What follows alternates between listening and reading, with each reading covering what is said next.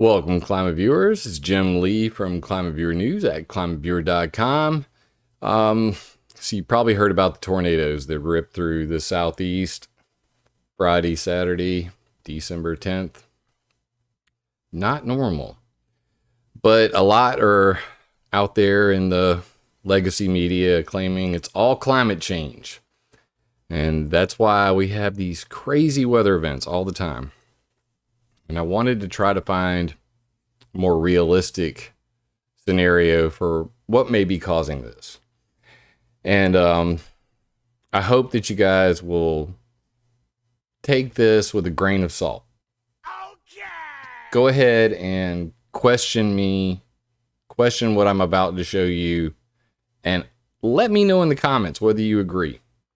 Because at the end of the day, it's on you to do your own homework. It's on you to agree or disagree with me. I'm not here to force this upon you, but I think I have a strong link between weather control and the supercells that were created in the Southeast.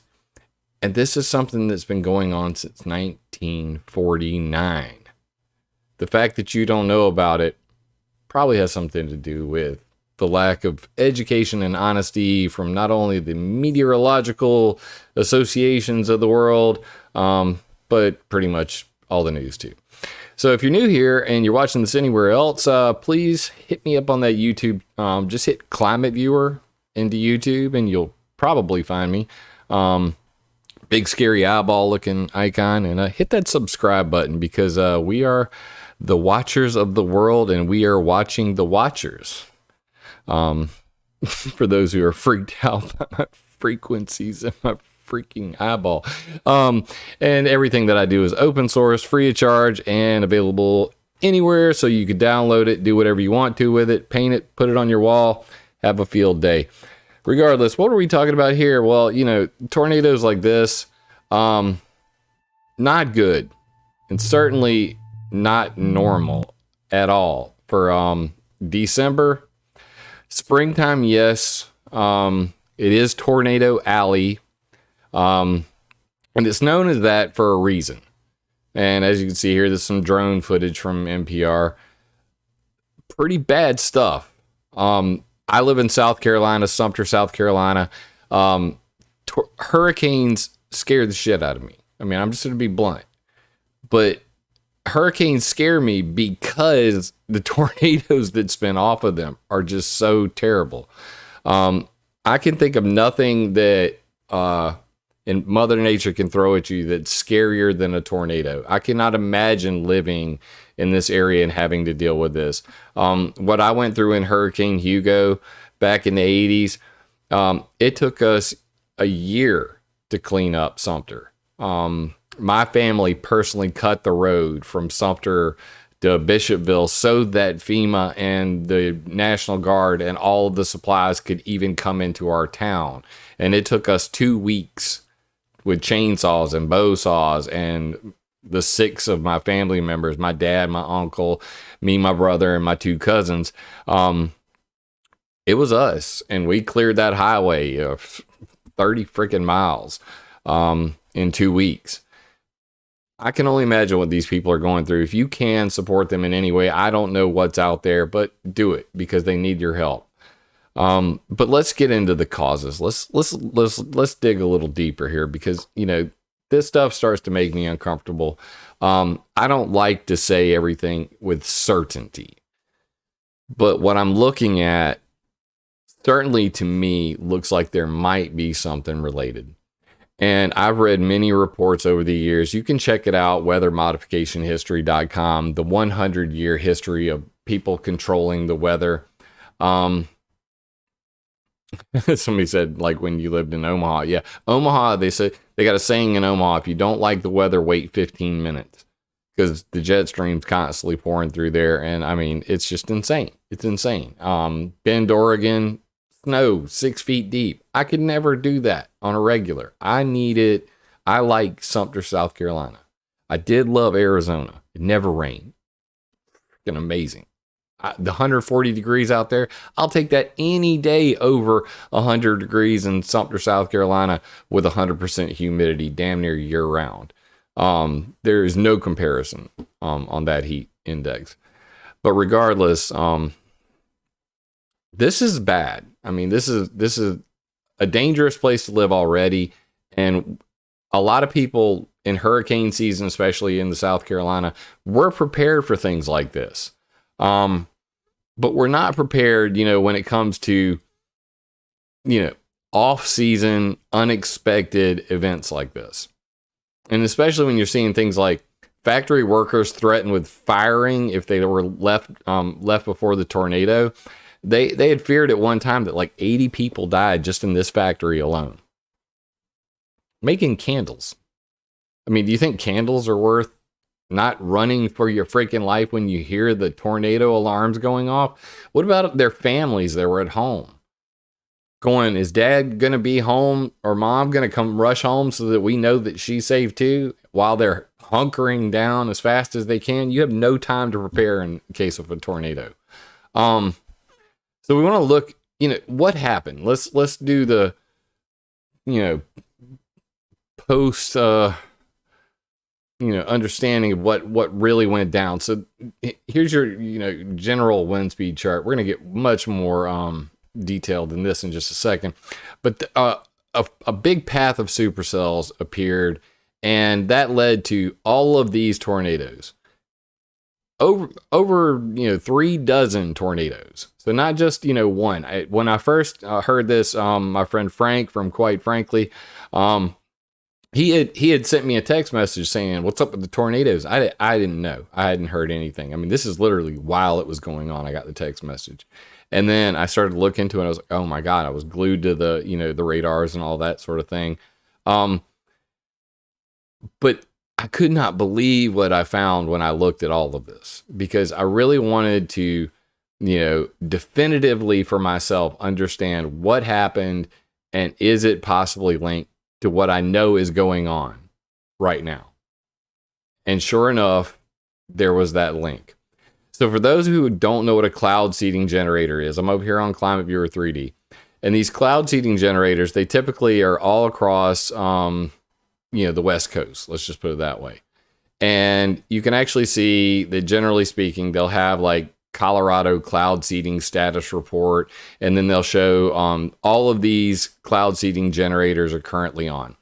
Now, each cloud seeding generator can look a little different. Totally depends on the one you're looking at. But generally speaking, they look like this. So we all know what we're talking about. Keep us all on the same page. You generally have 2 types of cloud seeding generators.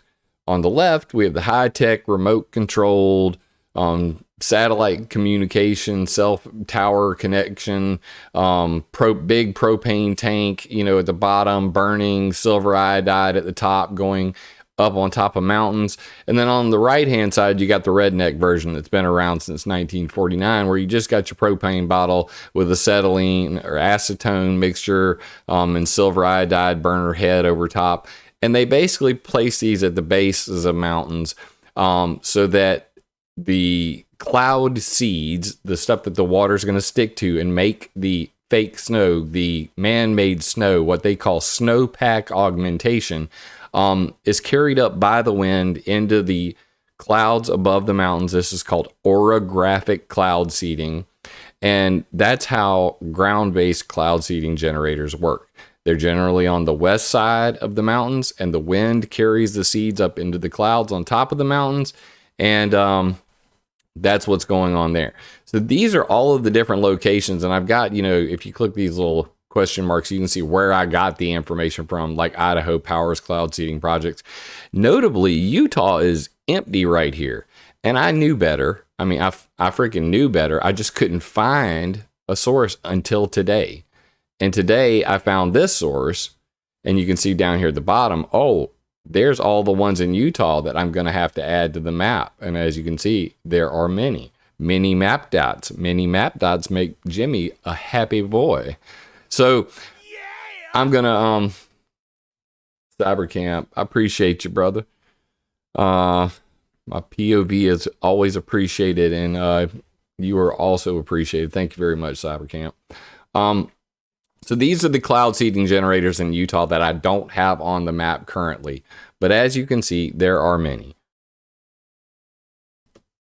So I will be adding these to the grand scheme of things so that you can see Utah is not vacant, although it is right here.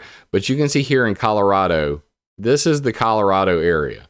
Now, if we want to actually see what it looks like, I'll put the satellite view on, and we can even turn on the mountains. I can turn on 3D terrain, and then you can come down here and you can actually see where these are located in 3D and see, you know, they're generally at the bases of mountains, and then just like this one, down in the valley, and then the wind carries the stuff up to where the ice and the snow gets made.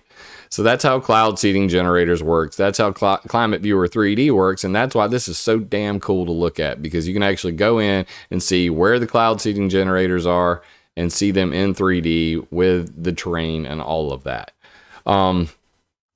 So let's get to the facts. What does it look like? What did it look like? Well, it looked a little bit like this. So this is the overall cloud view, and as night fell, it switches to infrared, but then right here, boom, you can see this line of supercells generated, okay? This huge line. This is what led to the tornadoes. This is the tornado storm area. This is that path that we referenced earlier right here. That supercell section. So we're going to go here real quick, and this is what the wind looked like at the time. As you can see right here, I have it up 12/10/2021 at 3 o'clock in the afternoon. So what we see is basically from the Rocky Mountains, where all of this, the Utah and Colorado and all of that is flowing, you can see the wind speeds and all of that. Right here, we're at 112 kilometers per hour heading into this area, and the rest of the air mass is flowing in off the Gulf. And we're going to go by hour. So now we're at 4 o'clock. This is, I believe, when they started. So we're right here at 4 p.m. This is when the supercell started in this little track. And right at 7 o'clock is when the tornadoes began. So we're going to kick through that real quick just so you guys can see it all. So we're at 4 o'clock, 5 o'clock, 6 o'clock, 7 o'clock. And as you can see, all of the lower wind stream, because right now we're looking at 850 HPA, which is actually 4,779 feet or 1,400 meters. For those playing along at home, HPA is hectopascals. There's a great online little converter for you if you ever want to do this. You can actually put this in and you can just go hectopascals and millibars. You can type in 850 and then you hit convert and you see 4,779 feet. Interesting. For those who have ever looked at the wind map and not understood what the hell was going on there, what a HPA is, it's educational-tastic. But regardless, that's that thing right there, and that's where I got those numbers from. So let's get back to this thing right here because it's much more interesting than that. So as you're looking at the height here, you got surface winds right down here at the bottom, and then you have 1,000 HPA, which is about 336 feet, 850 HPA, 4,700 feet, 700 HPA, which is about almost 10,000 feet. And as you can see, at about 10,000 feet, we're already talking, this is 126 kilometers per hour flowing through this area. And this is generally where all of the air was coming, okay? And we're going to work our way up to where all the storms are. We're only at, right now, 1900. That's 7 o'clock, okay? So this is when the tornadoes started. Now, as you can clearly see, the wind was flowing in that general direction all day long and had been for a while before that.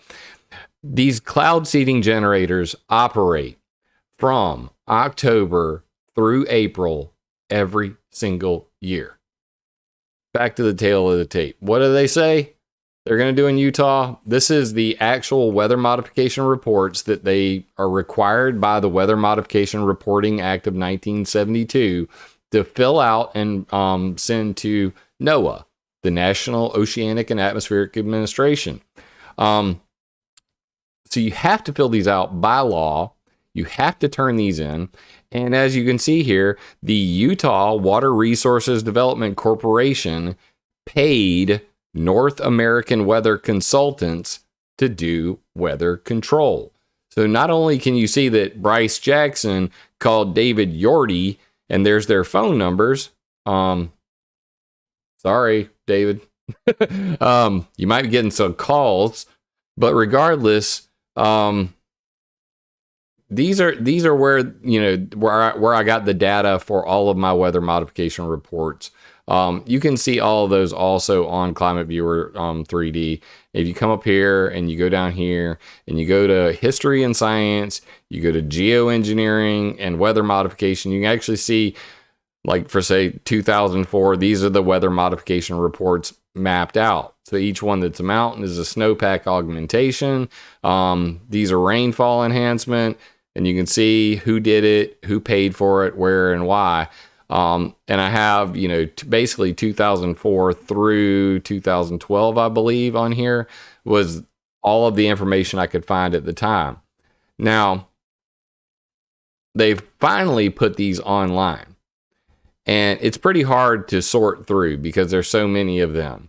So, of course, me being the nerd that I am, super nerd, in fact, I wanted to go the extra mile and really dig up all of the weather modification project reports to see, what the hell's going on there.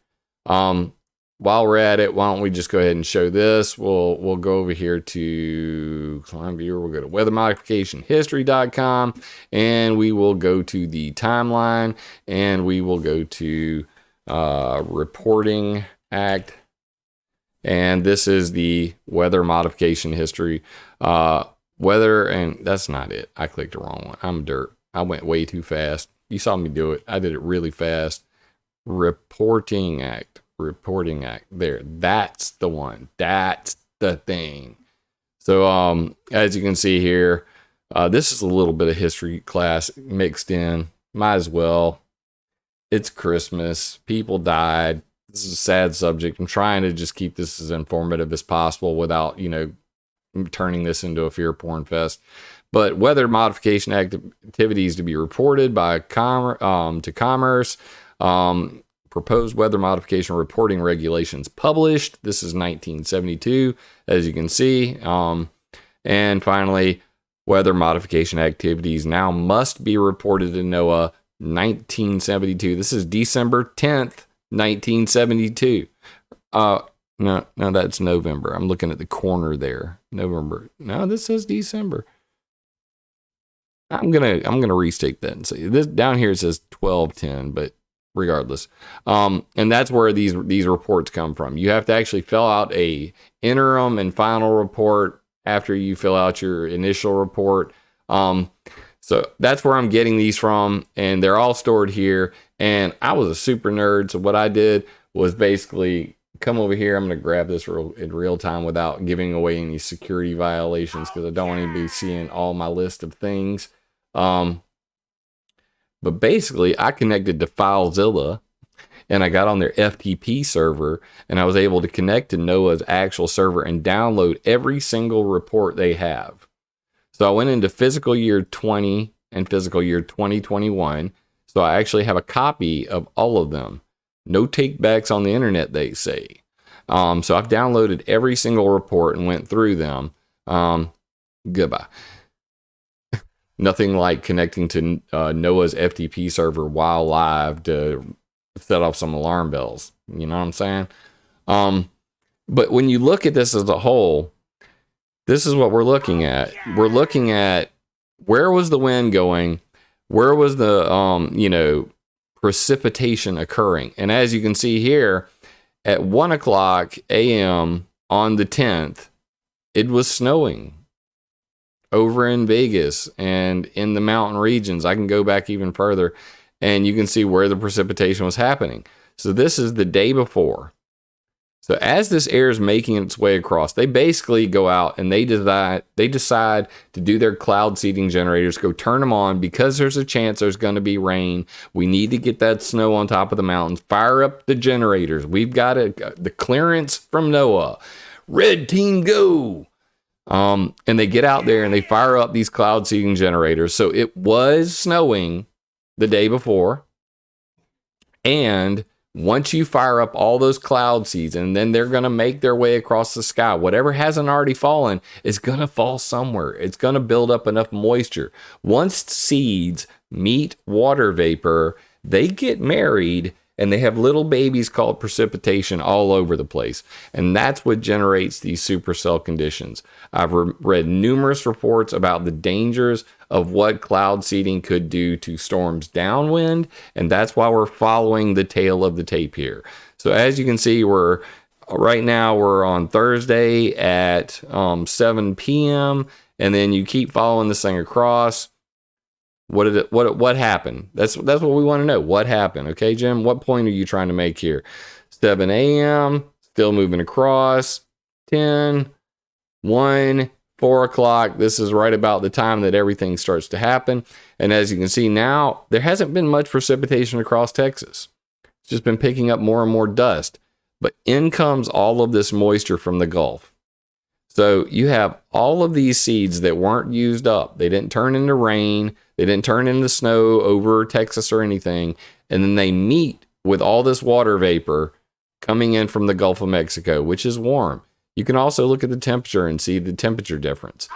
As you click through this, and you can see over here, nice and cool. And then as this starts to roll through, you can see exactly where the cold air meets with the hot air.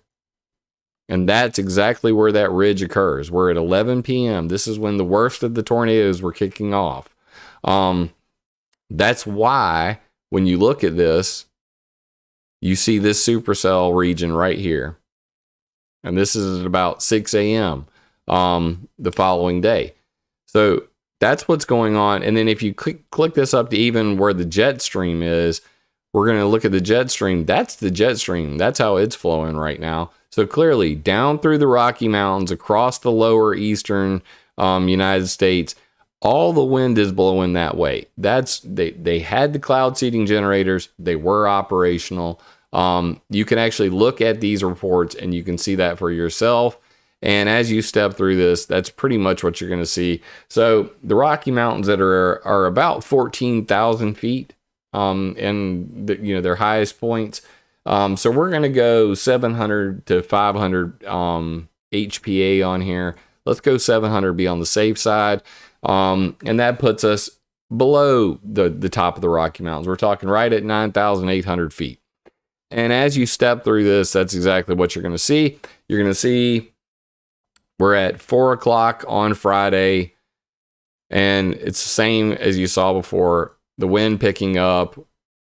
This is the red region right here. As you can see it move across. All of those cloud seeds making their way from all of these generators on the West Coast down through Texas over to meet all of this wet water coming in from the Gulf. And that is how weather modification on the West Coast could definitely be affecting severe weather on the East Coast and making creepy freaking tornadoes, Christmas tornadoes. Christmas freaking tornadoes. Wait, isn't that a movie? Sometimes you think you're making this stuff up and then you go and you're like, Christmas tornado. And then you go, oh, wait, no, there was a Christmas Twister 2012. IMDb 3.4 out of 10. That's just, damn it, brutal. That's just brutal right there. Ooh, Christmas Twister. This is a Christmas Twister, but it's not some sick sci-fi film. It definitely ain't weather, climate change. So there's got to be more to it than that. And when I'm looking at all of the facts and I'm looking at these greedy bastards on the West Coast who have to squeeze every single drop of rain out of the sky, especially here in Utah. There you go. There's all the Utah cloud seeders. Just a reminder. And And then you look at their final reports, because this is the same guys right here. And you see from November to, this is 2020 to April 2021. They do this every single year. So in their FTP directory, they don't have anything that's been updated since June of last year. So everything I'm working off of is all of the reports from last year, but they've been the same since 2002. So you can see all of those reports on ClimateViewer.org. You can actually look at all of these maps and see, that here we go, October through December. And then if you click again, it's, January through April. So in 2004 and then into April of 2005, Alta and Snowbird ski area, ski resorts, they pay to put snow on their mountaintops. Kay Mitchell, thanks for all you do. Jim, thank you very much for the super chat. I appreciate you. These ski resorts, they're paying for it. A lot of this stuff's going on that most people have no clue about. And what I want to stress to people is that when you go and you actually look at these reports, what you're going to see is the same thing every time. You're going to see October, November, there were 7 days out of the month. It says hours of apparatus by operation type. These were all ground-based cloud seeding generators, and they were using silver iodide. Also in the arsenal is carbon dioxide, urea, sodium chloride, salt, or other. But silver iodide is usually the most common you see, and you see hours of apparatus by type and the type of amount and agent used and when it occurred, generally speaking. Purpose, increased precipitation. That includes snowpack augmentation. That includes making more snow on top of mountains so that it melts in the spring, because right now the whole damn West Coast is in a drought. So any opportunity they get to be able to increase the amount of snow on the mountaintops, they're going to take it.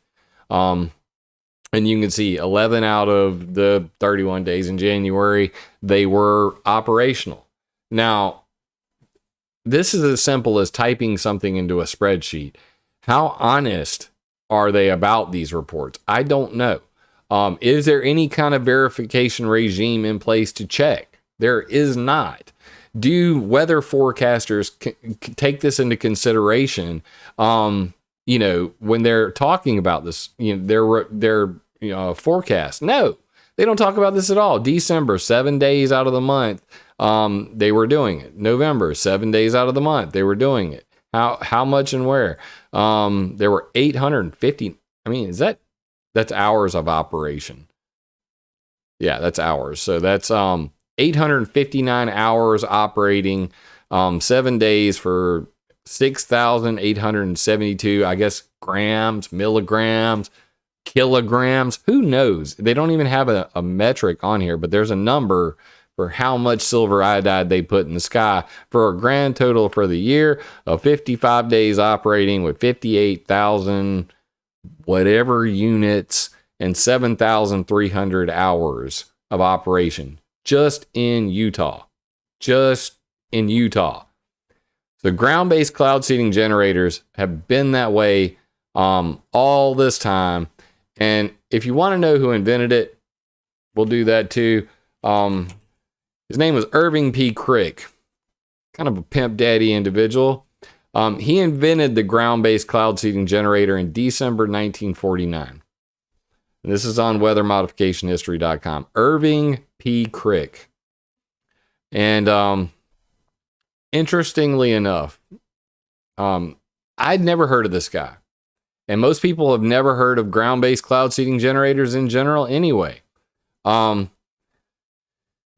But when I had to start digging into this guy, and you're never going to believe why. And this is Arizona Weather Modification Projects, 1949, one of the very first cloud seeding generators ever created by Irving P. Crick right there. That tiny little device was one of the first cloud seeding generators. I love history because it's fascinating to me. Ignore the very penis-looking drawing right here. I know, get your minds out of the gutter. I know there's a lot of Franklins in the chat. Want to buy some rain? This is great. Popular Mechanics, 1949. And it, it was about him. U.S. tests rainmaking over 300 million acres in 1951. This is not new. None of this is new. And they're going to continue to lie to you and say, weather control is not a thing. They'll make rain to order. 1952. Irving Langmuir, Irving P. Crick, and Vincent Schaefer. Vincent Schaefer and Irving Langmuir invented cloud seeding in 1946, and Irving P. Crick monetized the shit out of it when he made the ground-based cloud seeding. Crick studies smog seeding. Crops washed up. Rainmaker is not all wet. That's Irving Crick with his I'm rich bitch face. Anyway, so some of you may have seen this, but it was called Eyes in Outer Space, and it's a Disney film. Walt Disney. Everybody loves Walt Disney, right? Well, the reason I even found out about this is because this 1959 animation on how to control hurricanes by Walt Disney. And I'm a nerd, I'm one of those people that just kind of notices the little things. And after watching this entire thing, I went, who the hell advised them on this? Because there has to be some kind of scientific advisor. And what did I see? Technical consultant, Dr. Irving P. Crick. That's how I found out who invented the cloud seeding generator. That's how I met the son of Dr. Irving Crick on Facebook, who told me I learned more about my daddy from you than from my own family.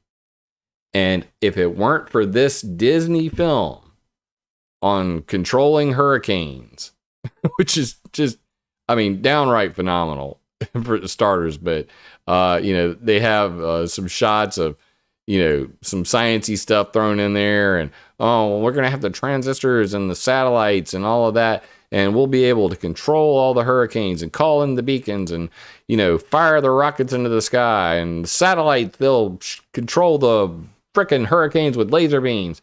It's 1959, and by 2000, we'll be all flying in rocket ships. Well, guess what? That little video led me down this rabbit hole, and I'm very thankful that I paid attention to that, because if I hadn't, I would not have stumbled across the now famous Irving P. Crick, who invented all of these fancy toys that they're using, which led to all of this weather modification on the West Coast, which flowed over to the Southeast, which more than likely contributed heavily to the supercells, the thunderstorms that we saw, and the tornadoes this past weekend. Now, I want you to tell me in the comments, what do you think? Do you think that there is a possibility that what we're seeing here is what happened? Here are the supercells. We are at, let's go back to 1 hour. So this is the final tail of the tape right here. You can see all of the wind coming in this way. You can see all the moisture coming in this way. And right about here is 4 o'clock. That's the start of our little tornado map. 7 p.m. is when they're going to hit, and they're going to rock till 2 a.m.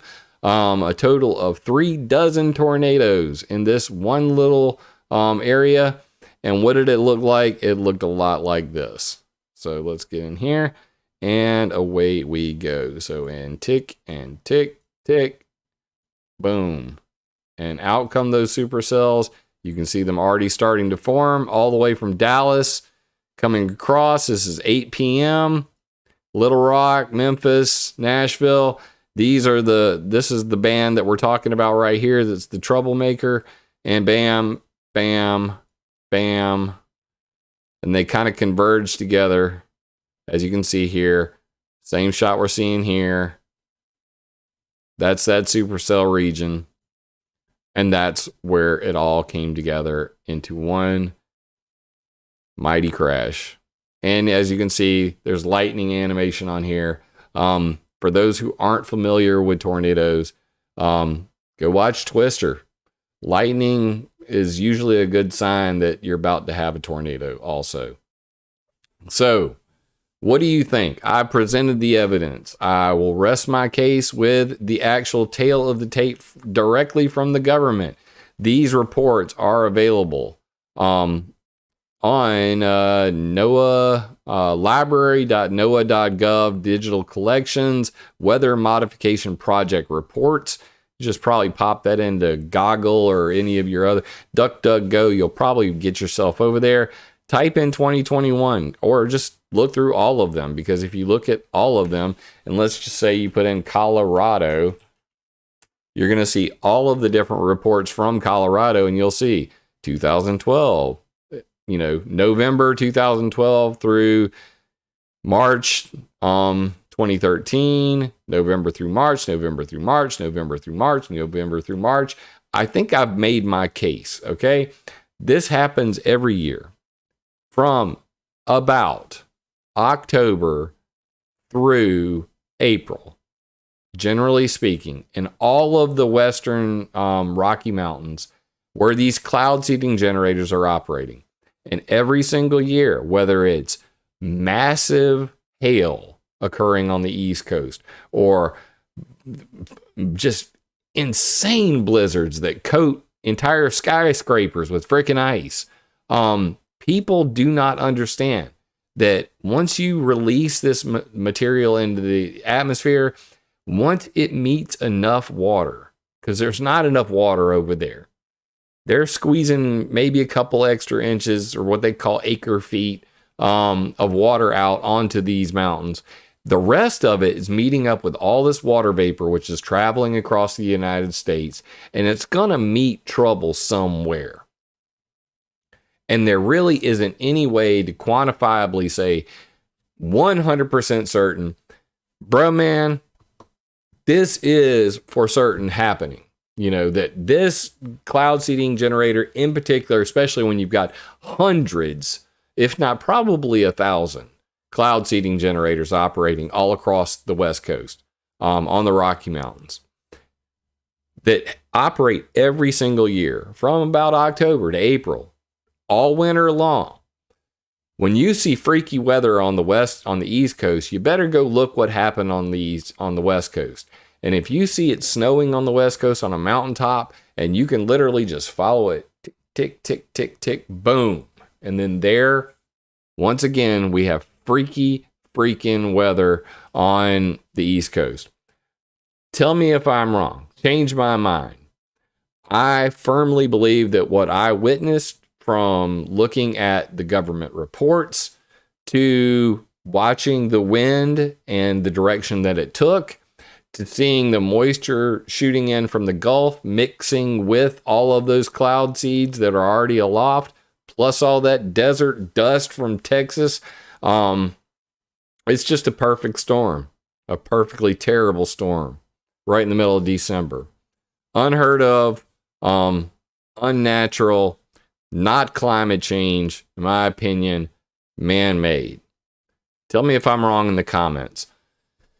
One last little thing before we go, because this has been pissing me off. And you guys know that I've been censored for a very long time. It's a very censored channel. I had this happen to me. So in the last couple videos, I've been linking my link tree. So you could have one link that goes to weathermodificationhistory.com, to ClimateViewer.com. Appreciate the subs, everybody. To ClimateViewer.com, to ClimateViewer.org, to my now, I'm on Odyssey, I'm on BitChute, I've made a Rumble channel, I want to say fuckbook, my Facebook, my Twitter, my Twatter, all of those old ones. And I'm going to be coming on new ones, like I'm going to be on Telegram and all of that. But I wanted to have a central place where I could link all of that together. So I chose Linktree, and then they did this shit to me. Appreciate you. So I want you guys to know a little story real quick. Lynn Wood, if you don't know the name, ignore everything I'm about to say. Lynn Wood linked to somebody's link tree. And because he tweeted out their link tree, I was getting close to 50,000 hits per hour on my ClimateViewer's weather modification patent list on ClimateViewer.com. So Lynn Wood tweets out this chick's link tree, and then bam, I'm looking at my stats going, what the hell just happened? And then I find my way to Linktree, and I'm like, oh, wow, cool. And oh, wow, cool. So Lynn Wood tweeted, this chick had me linked in her Linktree. And then I noticed about 3 hours later, dead silence. And I went back to that same chick's Linktree, same freaking screen. True story. So who's the idiot here that goes and makes a link tree and thinks that just linking to his websites and his Twitter and his fuckbook and his Discord and, you know, PayPal, just regular links, and Linktree deleted my account for inappropriate use of service. No email, no notification, didn't even know it happened. I literally was going on there to update it, to put in my merch shop, and it was gone. So I want everybody out there to know, fuck Linktree, and don't use it. If you have the ability to, send them an email on my behalf, jim@climateviewer.com. Got screwed by you people, and screw you people. If you have a Linktree, won't you leave delete your freaking Linktree, but leave like a link to some kind of nasty, I don't know what you can do, but any way that you can digitally think of, 4chaners, holler at your boy. If you can think of a way to troll Linktree, let me know that you did it. Send me an email, jim@climateviewer.com. I'd love to hear your wonderful ways that you have been able to troll Linktree for being grabastic censoring pieces of shits. That being said, I'm going to make my own version of Linktree. It will be at connect.climateviewer.com, maybe links.climateviewer.com. Regardless, I'm going to make my own version of it because I want to be able to drop one link in my signature on my email, in my videos, that has all of the things, so that people can see all of the things I have without me have to list them out in every damn video. It's hella annoying. But regardless, that happened. And the other thing that happened is this, and maybe you guys have noticed this yourself. I don't know, maybe it's just me, but when I go on to share things on Facebook, I noticed something. So I'd actually shared this already, and I had to reshare it. And the reason why is because when I went to grid view, I noticed that, look, here's me on with Clyde Lewis. Okay, let me see if I can blow that up a little bit. I'm on with Clyde Lewis.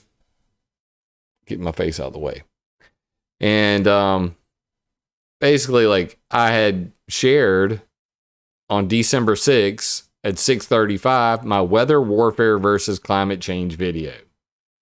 And that's my flat earth is full of retard. My perspective, not your attempt to change yours. The earth is round, changed my mind. So I shared my video right after that, and then I shared Clyde Lewis. But magically, if I go to list view, which is the default view, it's not there. Clyde Lewis, flat earth. Clyde Lewis, flat earth. Clyde Lewis, flat earth. And I'm going, what in the hell is going on? They're not only doing this on my personal Facebook page, but they're also doing this on ClimateViewer's, actual business page, I guess you could call it. So I go to ClimateViewer, facebook.com/ClimateViewer, ClimateViewer News. They just decide, I don't even know what this is. I don't want to read it. I hate you people. Get page notifications on your profile. Use page, any activation you take. It's now separate from your profile. You can switch. No shit. I mean, what is this? Get page notification. Okay, sure. Same thing over here. So I'm sharing stuff out. I go and I look, and bam, it's gone. This is a 3D rendering of the Arecibo ionospheric heater. Regardless, I'm going in here and I'm sharing it out. It's not showing up. This happened again, so I had to do the same thing over here. I had shared this one out, and it didn't appear at all. And then I had to go and reshare it, and it was the same kind of deal. I went to grid view. What the fuck are you doing, Facebook, you stupid moron? And things were just not flowing. I mean, it's not going. It's not showing. So I had to go and redo it. So this is November 18th, 5:45, and I had to reshare it later on to get it to show up. And I don't, you guys are stupid. I mean, swear to God, just pure retardation. I hate this thing. I hate it. I just absolutely hate it. And so maybe you guys have noticed that happening to yourselves. But yeah, Facebook, kiss my ass. Linktree, kiss my ass. I'm tired of all the things. But it's Christmas. So I took down my Japanese screen to invite you into my warm home and see our beautiful Christmas tree. Talk about these sick bastards that are constantly screwing with the weather. So now you know, and knowing is half the battle. I would greatly appreciate you clicking that like button, smash that like, subscribe.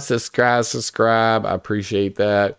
If you can support me monthly, please do so. If you can drop a dime, buy this old man a coffee, because I love that stuff. I greatly appreciate it. But most importantly, think about this idea. Leave me a comment.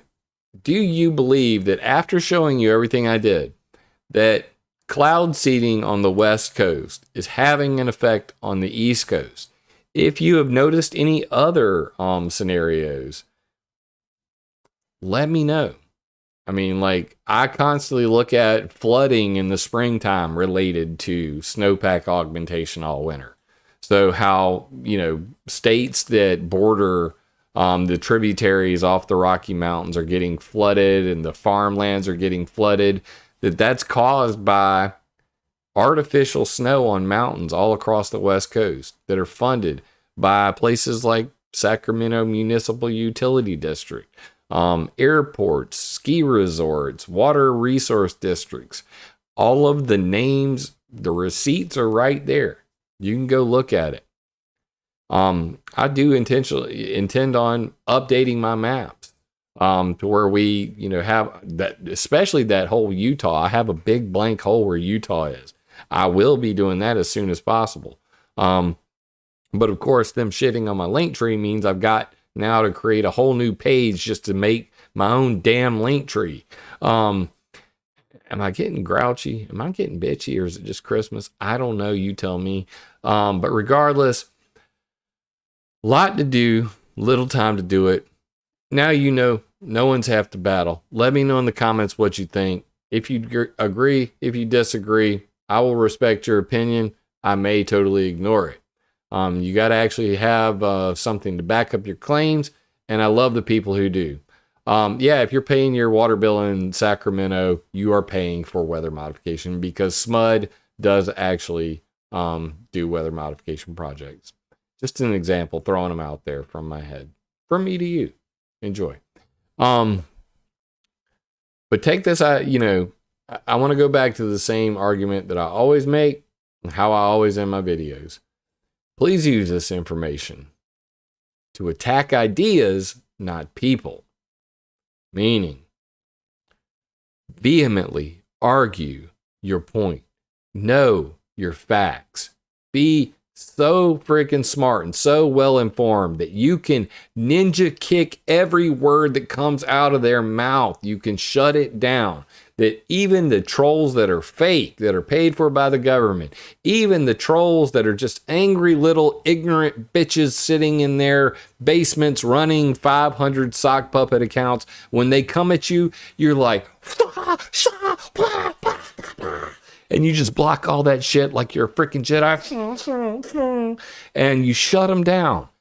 Attack them ideas, not people. Meaning, I can call you stupid. I can call you a bitch. I can call you an ignorant flat earth retard. That doesn't mean I don't love you. Commonly said, the people on the right think that people on the left are good people with bad ideas. And people on the left think that people on the right are bad people with bad ideas. I think that most people are good people with bad ideas. I argue with them all the time. So I can love you and disagree with you. And no matter what comes out of my mouth, that does not give me the right to put my hands on you. But when they put their hands on you, attack people. Frank said it in his show tonight. I'm going to reiterate it. You have the right to defend yourself. God gave you that right. If you don't believe in God, then you should believe in yourself. And you should believe that as a liberty-loving, free, rugged individualist who is going to live here alone and die alone, you have the right to live your life the best way possible. And I think that being engaged in vigorous debate is a great thing. And I personally love to fight. I mean, I am that guy that when the bully was screwing with people on the playground, I went and kicked the shit out of the bully because I hate bullies.